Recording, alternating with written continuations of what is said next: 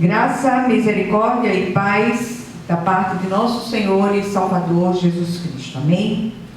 Glória a Deus pelo dia de hoje. Glória a Deus porque nós chegamos aqui. Glória a Deus porque até aqui nos tem sustentado o Senhor. Glória a Deus pela vida de cada um de vocês que tem, junto conosco, ombro a ombro, nos ajudado a levar comida à mesa de tantas pessoas. E eu glorifico demais a Deus pela vida de cada um de vocês, que o Senhor esteja operando maravilhosamente nessa situação atual e trazendo multiplicação sobre os seus celeiros, em nome de Jesus. Quero agradecer de um modo especial as pessoas que têm, apesar da igreja física estar fechada, a igreja espiritual ela está aberta e continua funcionando. Eu continuo atendendo as pessoas e eu glorifico a Deus pela fidelidade de muitos que têm estado juntos, têm trazido ofertas, têm trazido dízimos, e isso tem nos ajudado também a pagar a luz de um, a bujão de gás de outro, aluguel de outro, e tem sido assim sempre. Mas eu glorifico a Deus pela vida de cada um de vocês. Amém? Hoje nós vamos abrir nossa Bíblia no livro de Atos dos Apóstolos, capítulo 16, versículos 25 e 26. Diz assim a palavra do Senhor: Por volta da meia-noite, Paulo e Silas oravam e cantavam louvores a Deus, e os demais companheiros de prisão escutavam. De repente, sobreveio tamanho terremoto que sacudiu os alicerces da prisão, abriram-se todas as portas e soltaram-se as cadeias de todos. Amém? Vamos orar.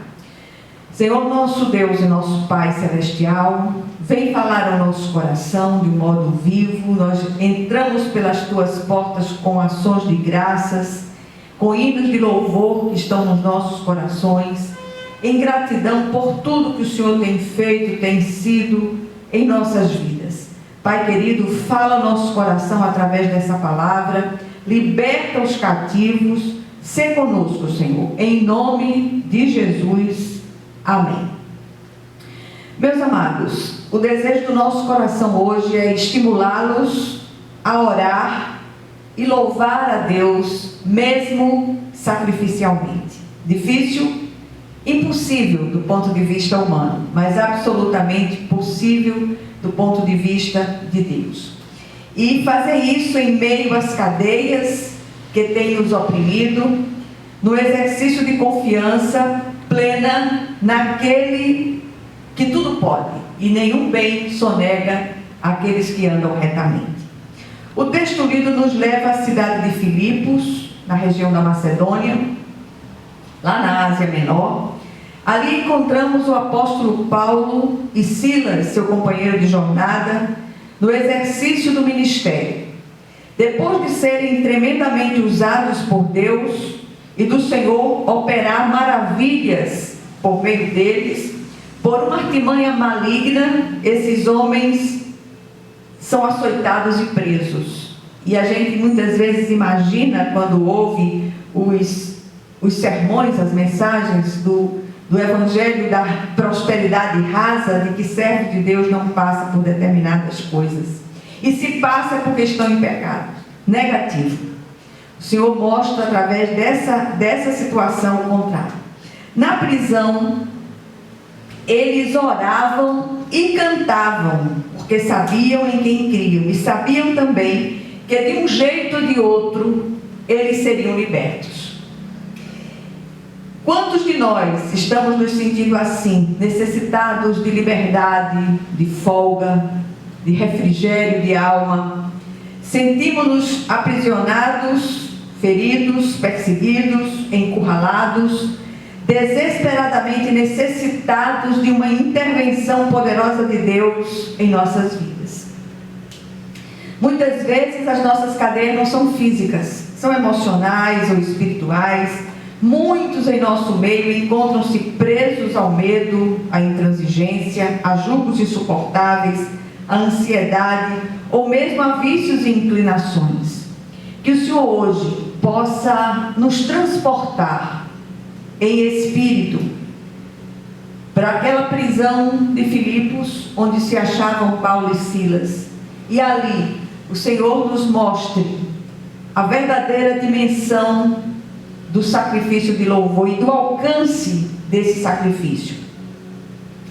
E eu queria chamar a atenção de vocês para João 8, 32 e 36, que diz assim: e conhecereis a verdade, e a verdade vos libertará. Se, pois, o Filho vos libertar, verdadeiramente sereis livres. E a verdade chama-se Jesus Cristo. Ele é o nosso libertador.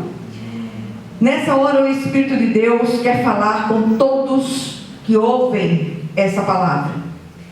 Se sentem assim e carecem de uma estratégia do alto, de uma resposta do céu, de uma possibilidade que nós não enxergamos, para sair da situação onde se encontram. Jesus veio para libertar todos os cativos. O desejo de Deus é que nos livremos de todas as cadeias e de todos os grilhões que nos têm aprisionado. E não são poucos. Isso nos leva a traçar algumas considerações a respeito do texto, até para a própria compreensão. Quando pensamos em prisão, pensamos logo no sistema penitenciário brasileiro, que é um verdadeiro caos. E a gente já falou disso muitas vezes, sempre que nós trazemos a palavra neste texto, nós sempre nos lembramos disso. E o sistema prisional brasileiro é uma fábrica de feras humanas, onde dificilmente há recuperação. Só que acontece que uma prisão nos dias do apóstolo Paulo faz com que os nossos presídios sejam hotéis de 5 estrelas se comparados a elas. Meu Deus do céu! Os presos daqueles dias, depois de muitos açoites, eram colocados em celas escuras, presos ao tronco a ferros, juntamente com inúmeros outros presos e sem visita do pessoal de direitos humanos. Vê só, que hoje vivem tentando minimizar as agruras das prisões. O assoalho daquelas prisões, a tradição conta que era inclinado como se fosse uma espécie de rampa íngreme, para que os presos não pudessem chegar perto da pouca luz que vinha de uma pequena janela ou de uma pequena fenda no alto da parede. O lugar era úmido e abafado. Mas vocês pensam que isso era tudo? Não. A comida ali era escassa e ruim. E os presos se misturavam com seus próprios excrementos. O mau cheiro deveria ser insuportável. Diante daquele ambiente hostil e insalubre, muitos presos morriam em decorrência dos ferimentos que infeccionavam sem que houvesse cura. Em resumo, ali naquela prisão havia muitos presos, faltava comida e água, faltava ar e luz.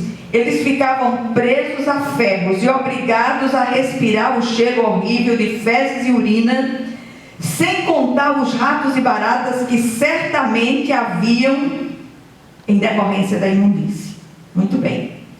O que fazer numa situação onde tudo parece não ter saída? O que fazer quando nos sentimos aprisionados numa situação, um relacionamento, circunstância, inclinação ou vício? Se você ainda não entregou a sua vida a Cristo, e eu não estou falando de religião, estou falando de uma entrega pessoal em oração da nossa vida a Jesus Cristo, que você possa ir, curvar a sua cabeça e dizer: Senhor Jesus Cristo, eu te recebo como meu Senhor e Salvador pessoal. A hora é esta. E aí eu paro para a gente pensar um pouco. O Senhor é aquele que assume o controle soberano da minha vida e livra-me da situação miserável que temos vivido. Só o Senhor pode fazer isso. Faça essa oração. Diga isso a Deus: Senhor, assume o controle soberano da minha vida. Contudo, se você já é um servo e mesmo assim as coisas estão indo de mal a pior, a resposta para essa situação também é Jesus. E eu convido você agora mesmo a olhar para aquela prisão terrível, escura e mal cheirosa de Filipos e diga o que você vê. Exatamente, 2 servos de Deus que não estavam em pecado, muito pelo contrário, estavam fazendo a obra de Deus e ainda assim foram aprisionados, açoitados, no pior lugar que se possa imaginar e até que não se possa. E eu quero lhe dizer que o mesmo poder, o mesmo Deus que estava à disposição de Paulo e Silas, está à nossa disposição agora mesmo. O mesmo poder de Deus que operou ali no passado, opera hoje. Observamos aqui 2 atitudes de fé daqueles homens, bem como o resultado dessas atitudes. Primeiro, qual a atitude daqueles homens que mudou a situação em que se encontravam? O texto diz, no versículo 25, por volta de meia-noite, Paulo e Silas oravam e cantavam louvores a Deus, e os demais companheiros de prisão escutavam. Vocês ouviram? Paulo e Silas oravam e cantavam louvores a Deus, porque criam que Deus era a única saída possível para aquela situação caótica onde eles estavam. Eles oravam e cantavam louvores a Deus. E aí a gente para pensar. E muitos, por causa de suas cadeias, fazem isso em lágrimas. Parece loucura. Como é possível orar e louvar quando o coração está pesado, ferido e até de certa forma decepcionado com Deus? Em Hebreus 13:15 diz: por meio de Jesus Cristo, pois, ofereçamos a Deus sempre sacrifícios de louvor, que é o fruto de lábios que confessam o seu nome. Qual o segredo daqueles homens? Eles criam, tinham absoluta convicção que a sua saída só poderia vir de Deus, e começaram a cantar um hino de vitória, mesmo antes do final da batalha. E algo extraordinário acontece. O quê? Eles tinham 2 opções: se rebelar e, cheios de ira, fomentar um motim, ou exercitar uma fé viva no Deus vivo que pode todas as coisas. Eles preferiram a segunda opção. E aí, o que você prefere? Prefere continuar nessa prisão de um relacionamento sem saída, de uma depressão, de um jugo espiritual que tem assolado a sua vida e da sua família, das drogas que você entrou para não ficar por fora da galera e não consegue sair, e tantas outras prisões que você já perdeu a conta? Ou prefere exercitar uma fé viva como a de Paulo e Silas? Fica a pergunta, fica o questionamento, fica a reflexão. Fomos alcançados para andar em liberdade. Em Gálatas 5:1, Paulo diz: para a liberdade foi que Cristo nos libertou. Permanecei, pois, firmes, e não vos submetais de novo a jugo de escravidão. Parece que temos uma inclinação contínua para sair de um jugo e entrar em outro. E que o Senhor hoje revele a você qual é o seu jugo, qual é a sua prisão. O cântico que ecoou naquela prisão escura, úmida e fedida foi tão impactante que os demais presos ficaram tão perplexos ao ponto de ficarem inquietos e não esboçarem nenhuma reação contrária. Eles apenas escutaram. Eles ficaram pasmados. Eles não tinham o que dizer. E foram impactados com o som emitido pelo aquele cântico, entoado por Paulo e Silas. E qual o resultado da atitude de Paulo e Silas? Versículo 26 diz: de repente sobreveio tamanho terremoto que sacudiu os alicerces da prisão, abriram-se todas as portas e soltaram-se as cadeias de todos. A oração sincera e o sacrifício de louvor chegaram à santa habitação de Deus. Quantas vezes a gente A gente louva em lágrimas. A força do céu foi acionada, os poderes da terra foram abalados e o inferno recuou. Glória a Deus. Isso pode acontecer com você agora mesmo. O Senhor mandou um terremoto e estremeceu, sacudiu as bases daquele lugar. De repente, é isso que está faltando na sua vida: acionar a força do céu. A artilharia celestial ao seu favor, através da oração e do louvor a Deus. Muitas vezes o Senhor não muda a situação, mas muda o nosso olhar e nos faz experimentar uma força que até então desconhecíamos. Do contrário, eu não estaria aqui.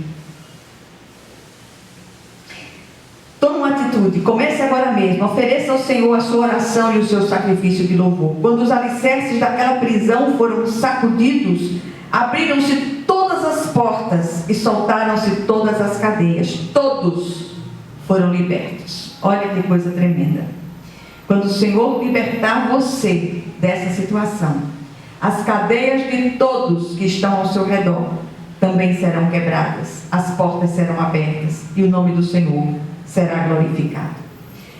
De repente, o que precisa ser sacudido são os seus alicerces espirituais, seus conceitos preconcebidos, as velhas crenças cheias de teia de aranha precisam ser questionadas.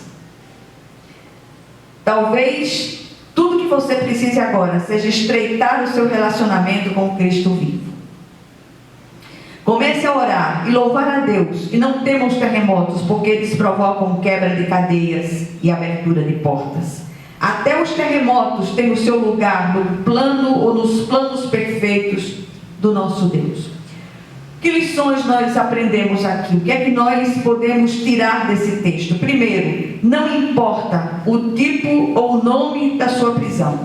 A de Paulo estava em Filipos. A sua pode ser o medo, um vício, uma rejeição, um relacionamento difícil, uma enfermidade grave, uma situação ou circunstâncias, até mesmo espiritual, não importa.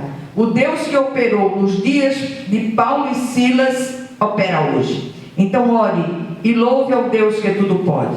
Segundo lugar, a força daquela atitude de fé de Paulo e Silas moveu céus e terra a favor deles. A mesma coisa pode acontecer com todo aquele que agir de igual modo.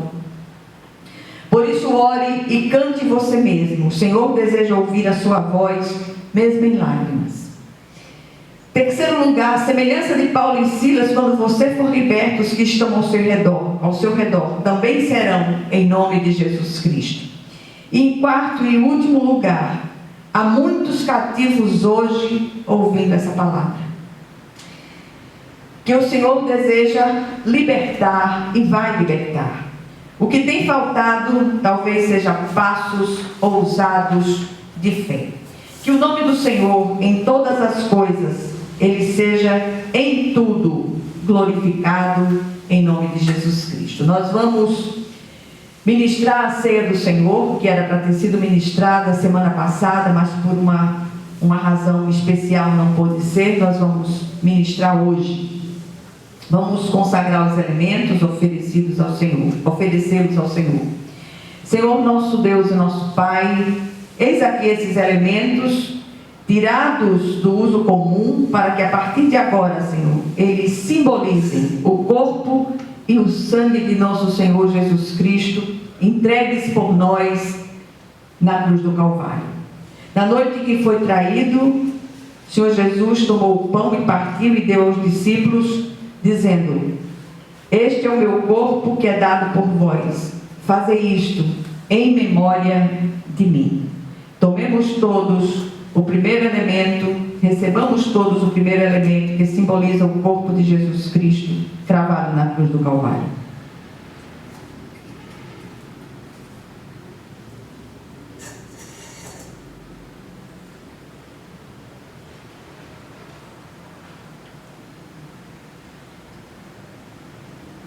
Por semelhante modo, depois de haver ceado, tomou também o cálice e deu aos discípulos, dizendo: este é o cálice da nova aliança no meu sangue. Fazei isto todas as vezes que o beberdes em memória de mim.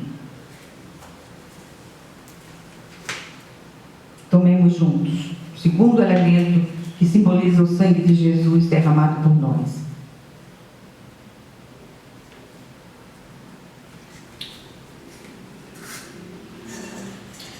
Que a semana de todos seja uma semana de paz, uma semana de libertação, uma semana de quebra de cadeias, uma semana, Senhor, de saúde física e espiritual, e que o nome do Senhor em todas as coisas seja glorificado. E que a graça de nosso Senhor e Salvador Jesus Cristo, o amor infinito de Deus, o nosso Pai Celestial, que as consolações e comunhão do Santo Espírito estejam sobre todos vocês e sobre todo o povo de Deus, espalhado por toda a face da terra, desde agora, para todo o sempre.